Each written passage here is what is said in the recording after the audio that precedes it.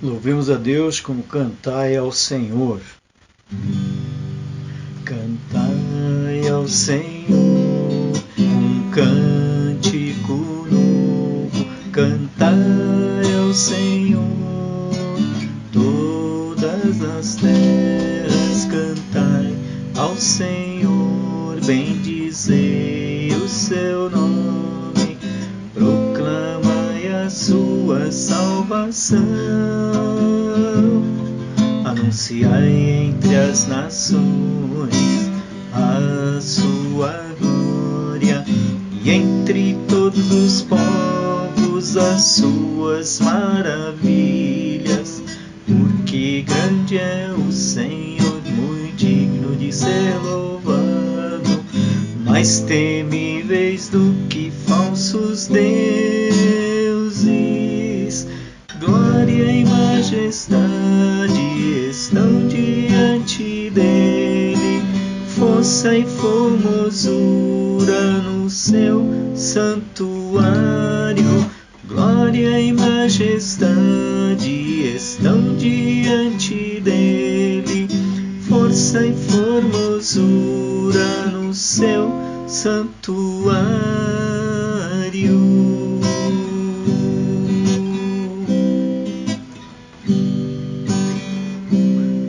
Cantai ao Senhor um cântico novo. Cantai ao Senhor todas as terras. Cantai ao Senhor, bendizei o seu nome. Proclamai a sua salvação. Anunciai entre as nações a sua glória, e entre todos os povos as suas maravilhas. Porque grande é o Senhor, muito digno de ser louvado, mais temível do que falsos deuses. Glória e majestade estão diante dele, força e formosura no seu santuário.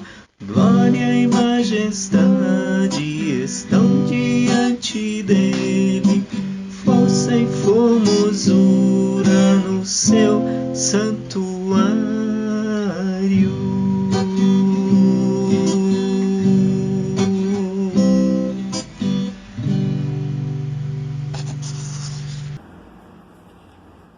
Boa noite, irmãos.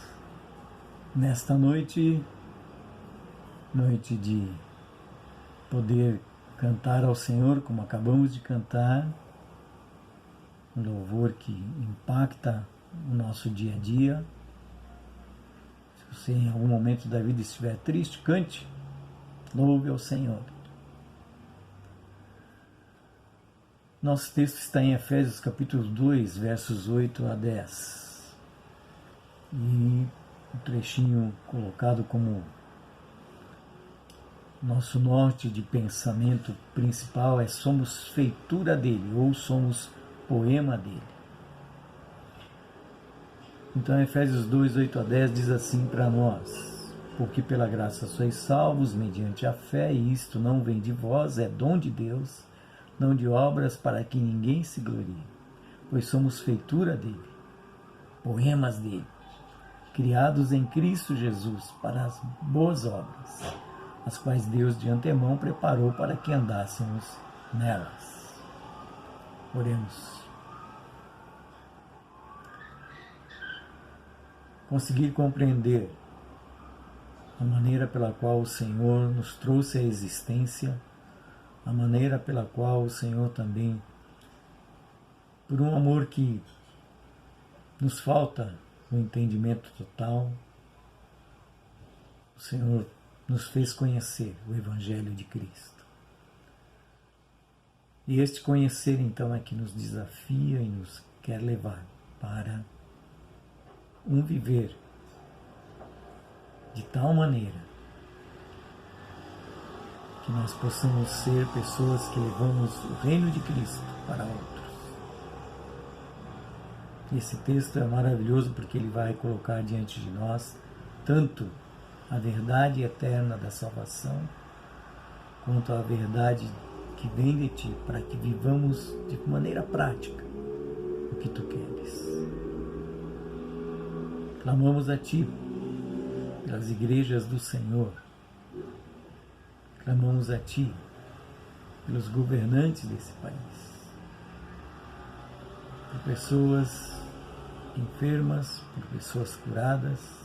Ó Senhor, tem misericórdia. Mostra ao mundo o que tu és.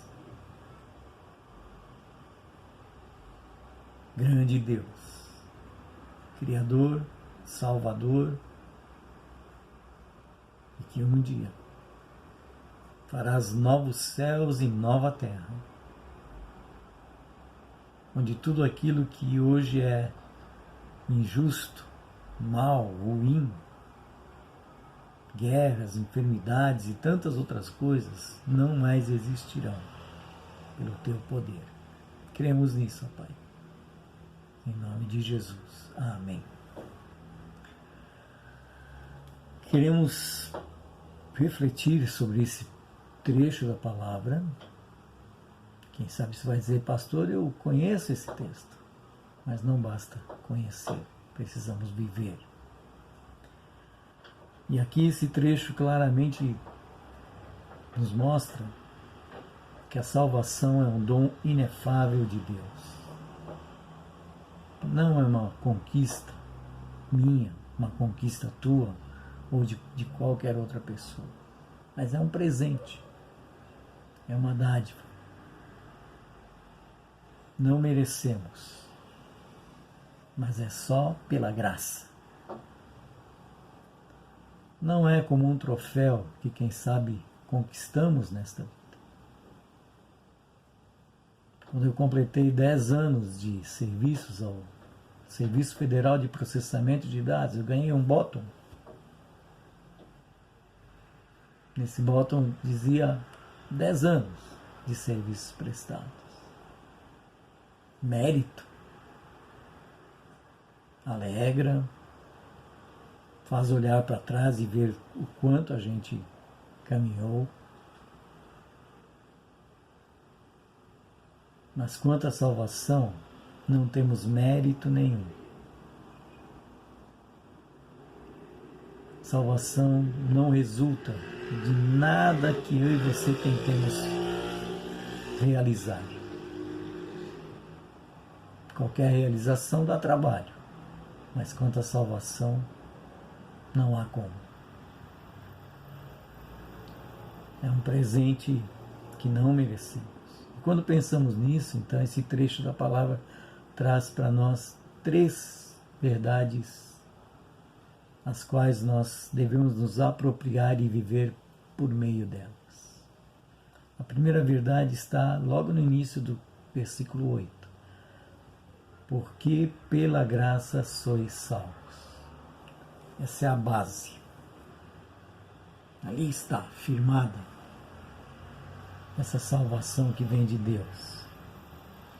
Se você olhar o início do capítulo 2, você vai ver ali o que nós éramos: fracos, ímpios, pecadores, lixo. Mas apesar desses nossos deméritos, e por mais que tenhamos virtudes, há pessoas que se vangloriam das suas capacidades, mas também têm suas dificuldades, suas coisas ruins. Mas Deus não olha nem porque é bom, nem porque é ruim em nós. Por outro lado, antes de conhecer a Cristo, a Bíblia declara que nós éramos inimigos de Deus, porque não estávamos nem aí com a palavra da verdade. Mas agora em Cristo, somos amigos porque nos dispomos a obedecer, a aprender. E essa disposição, meu irmão, minha irmã, aconteceu só e tão somente porque Deus trabalhou este nosso viver. O que Cristo fez na cruz do Calvário, os pregos entrando em suas mãos, nos seus pés, tudo que sofreu por uma noite inteira,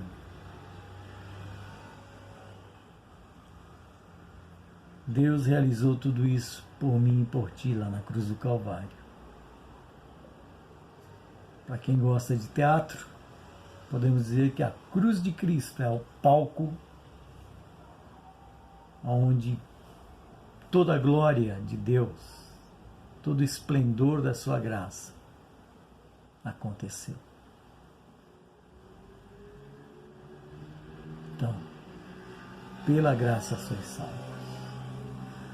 Só que o desafio dessa graça nesse contexto de Efésios 2 diz, Efésios 2, 8 e 9, continuando o texto aí, mediante a fé, diz o texto bíblico, o acreditar, não duvidar, crer efetivamente, mas mesmo a fé, assim como a salvação que é pela graça e que vem dele, a fé também vem dele, meu irmão, minha irmã. Mediante a fé, isto não vem de vós, é dom de Deus, não de obras, para que ninguém se glorie. Então, assim como a fé é o fundamento da salvação, a graça é o fundamento da salvação, a fé é o instrumental, é o meio pelo qual vem a nossa salvação. Eu e você não somos salvos por causa da fé, mas somos salvos mediante a fé, como diz o trecho bíblico aí. A fé não nos torna dignos, a fé não nos torna merecedores, mas a fé provê o meio pelo qual temos a salvação em Cristo Jesus. Alguém diz que a fé é a mão estendida de um mendigo para receber o presente de um rei. Então você se humilha, se rende perante Deus. Deus nos oferece sim a salvação gratuitamente, mas nós precisamos, sabe fazer o quê? Nos apropriar da fé que Ele nos concede. Então aqui claramente a Bíblia diz que a fé não vem do homem, mas vem de Deus. Não resulta de nenhum esforço, de nenhum mérito humano, mas é um presente de Deus. Esta fé que nos salva também não é um mero intelectualismo, não é um mero conhecimento de letra, também não é uma confiança que acontece por um momento e logo vai embora. Não. Essa fé que nos salva é fruto do agir de Deus em nossa vida. É Ele que coloca em nós, em nosso coração, por meio do Espírito de Deus. E quando então Ele coloca isso em nós, nós confiamos nele sim, mas também olhamos para a cruz. Então a fé não só nos dá a posse da salvação, mas nós também reconhecemos que o que Cristo fez é suficiente para nós. Olha a sua Bíblia em Romanos capítulo 5, versos 1 e 2. Romanos 5, 1 e 2. Somos justificados pela fé, vivemos pela fé, andamos de fé em fé e vencemos o mundo também pela fé. Como é que diz o texto? Justificados, pois, mediante a fé, temos paz com Deus, por meio de nosso Senhor Jesus Cristo. Por intermédio de quem obtivemos igualmente acesso, pela fé, a esta graça, na qual estamos firmes e gloriamo-nos na esperança da glória de Deus. E aqui chegamos ao último aspecto deste fato, desta realidade de que somos feitura ou somos poema dele, Jesus Cristo, Pai, Filho e Espírito Santo, operando em nossas vidas. Verso 10. Somos poemas de Deus, somos feitura de Deus para boas obras. Pois somos feitura dele, criados em Cristo Jesus para as boas obras, as quais Deus de antemão preparou para que andássemos nelas. Então, minha vida e a tua tem um propósito, meu irmão, minha irmã. E você que ainda não se entregou a Cristo, saiba, Deus tem um propósito para a tua existência. Então, não somos salvos pelas obras, mas somos salvos para a realização das boas obras, ou por causa das boas obras. Então, as boas obras que concretizamos na vida pessoal, na vida familiar, na sociedade. Se você tem em casa alimentos, você viu que sobrou alguma coisa, e nesse tempo você sabe de alguém que tem necessidade de alimento, você separa e leva. Isso não te salva, mas isso é fruto da tua salvação em Cristo Jesus. Amor ao próximo. Então não fazemos boas obras com o propósito de ser salvos, mas fazemos porque já temos essa salvação por meio da fé. Então é importante ter uma percepção bem clara, né, de que as boas obras são evidências da salvação. A fé e as obras não estão em conflito. A fé e as obras, né, têm um diferencial. Porque se eu digo que tenho fé e não concretizo com os talentos, com os dons que Deus me dá, as obras, o que acontece? A fé será uma fé sem vida, uma fé morta. Então as obras sem a fé também não são boas. A fé que produz obras e as obras provam a fé. Então a salvação é só pela fé, né, por esse trecho que estamos observando. Então a salvação é pela fé independente das obras. Talvez você então se pergunte, mas pastor, quais são as obras, quais são as realizações que eu posso concretizar? Você teria que ler alguns trechos do Novo Testamento. No Velho também tem, mas o Novo ele direciona. 1 Coríntios 12, 8 a 11. 1 Coríntios 12, 28 a 30. Efésios capítulo 4, verso 11. Romanos capítulo 12, verso 8. Se você somar o quantitativo de talentos, de dons que Deus nos concede em Cristo Jesus, vai chegar aí por volta aí de quase 20, vai depender da maneira, às vezes em alguns trechos como você vai elencar. Então você tem aí pessoas que têm dons e talentos, palavra de sabedoria, saber como proceder, como agir mediante o ensino bíblico. Palavra de conhecimento que desafia a prática. Então você tem pessoas que vão transmitir para ti, e você pode ser um desses que transmite para outras pessoas a verdade da fé em Cristo, a verdade da fé diante de circunstâncias ruins. Há pessoas que pela oração clamam a Deus por um milagre e Deus concede por sua soberania. Isso também é uma obra maravilhosa. Dom do discernimento de espíritos. Pessoas que às vezes surgem com ensinamentos heréticos, ensinamentos falsos, mas sempre há alguém que vai lá e esclarece. É como um identificador de chamadas. Quando você tem um identificador de chamadas, você consegue evitar as ligações que não prestam para nada. Biblicamente falando, quando há alguém que se dedica ao discernimento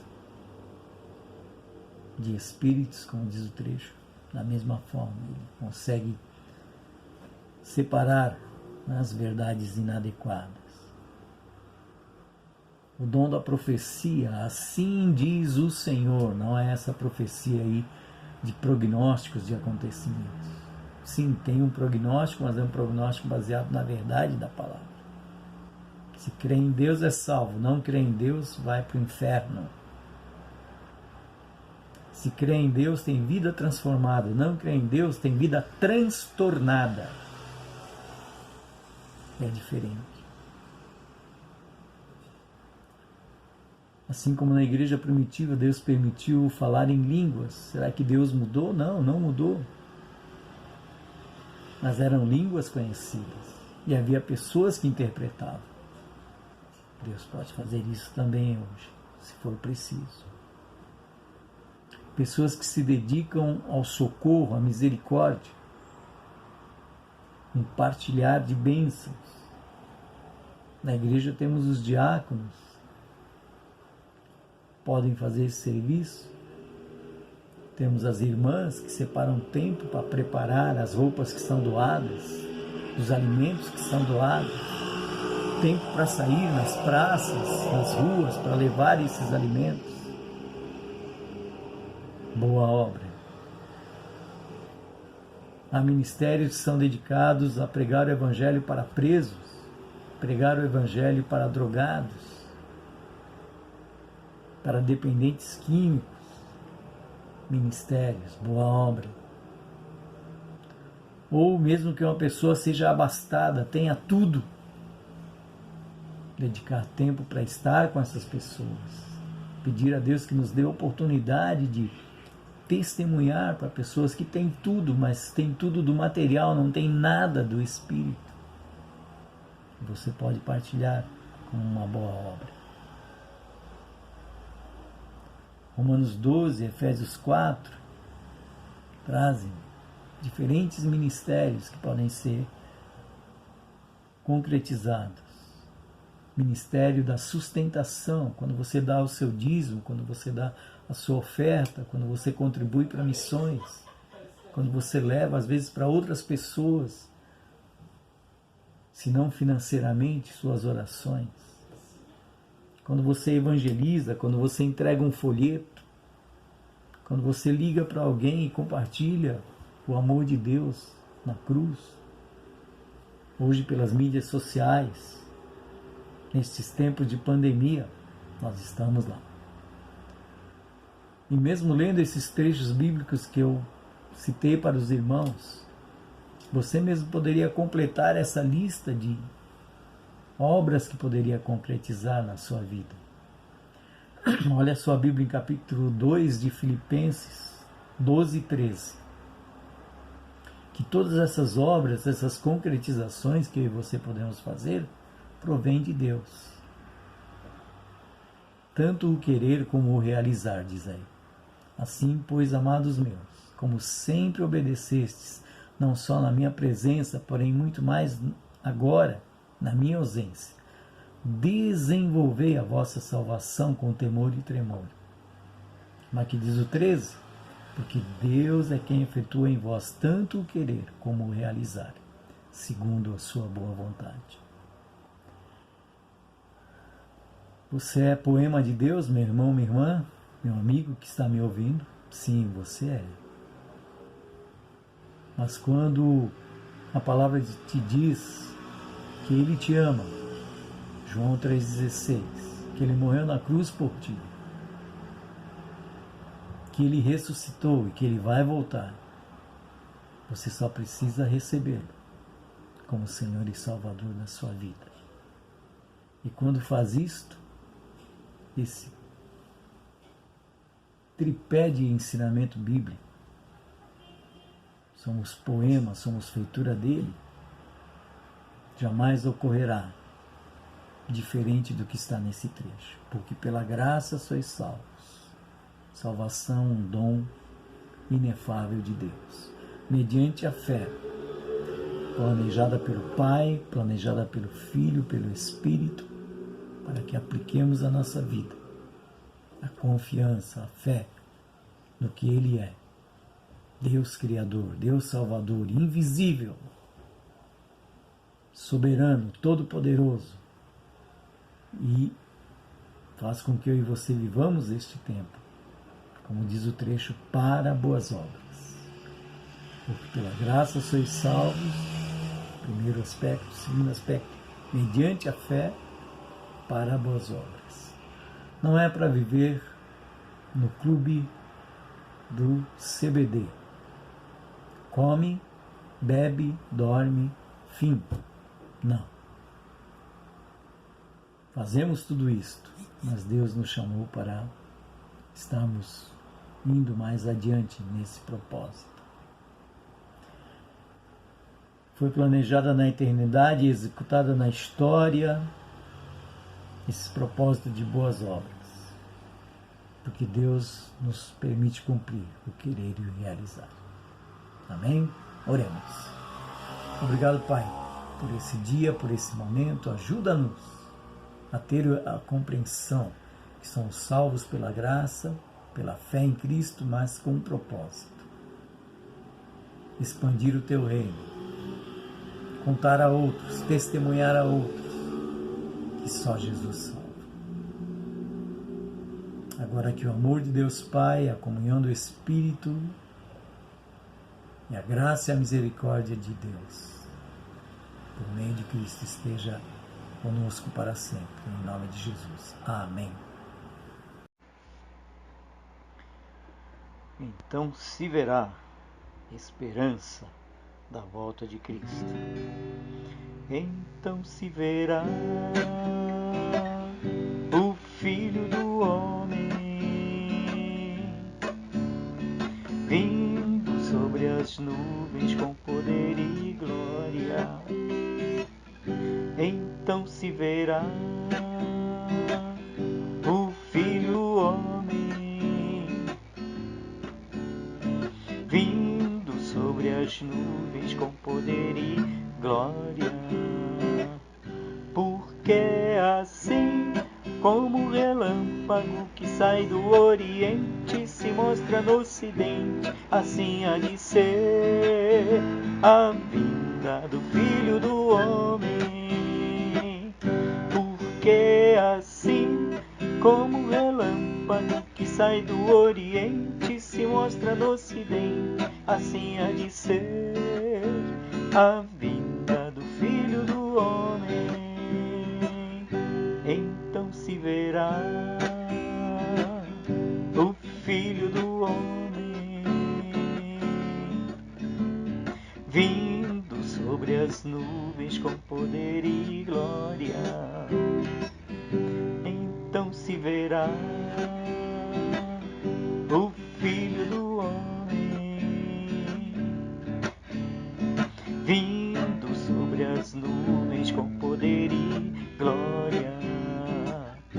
Porque assim como o relâmpago que sai do Oriente se mostra no Ocidente, assim há de ser a vinda do Filho do Homem. Porque assim como o relâmpago que sai do Oriente se mostra no Ocidente, assim há de ser a vinda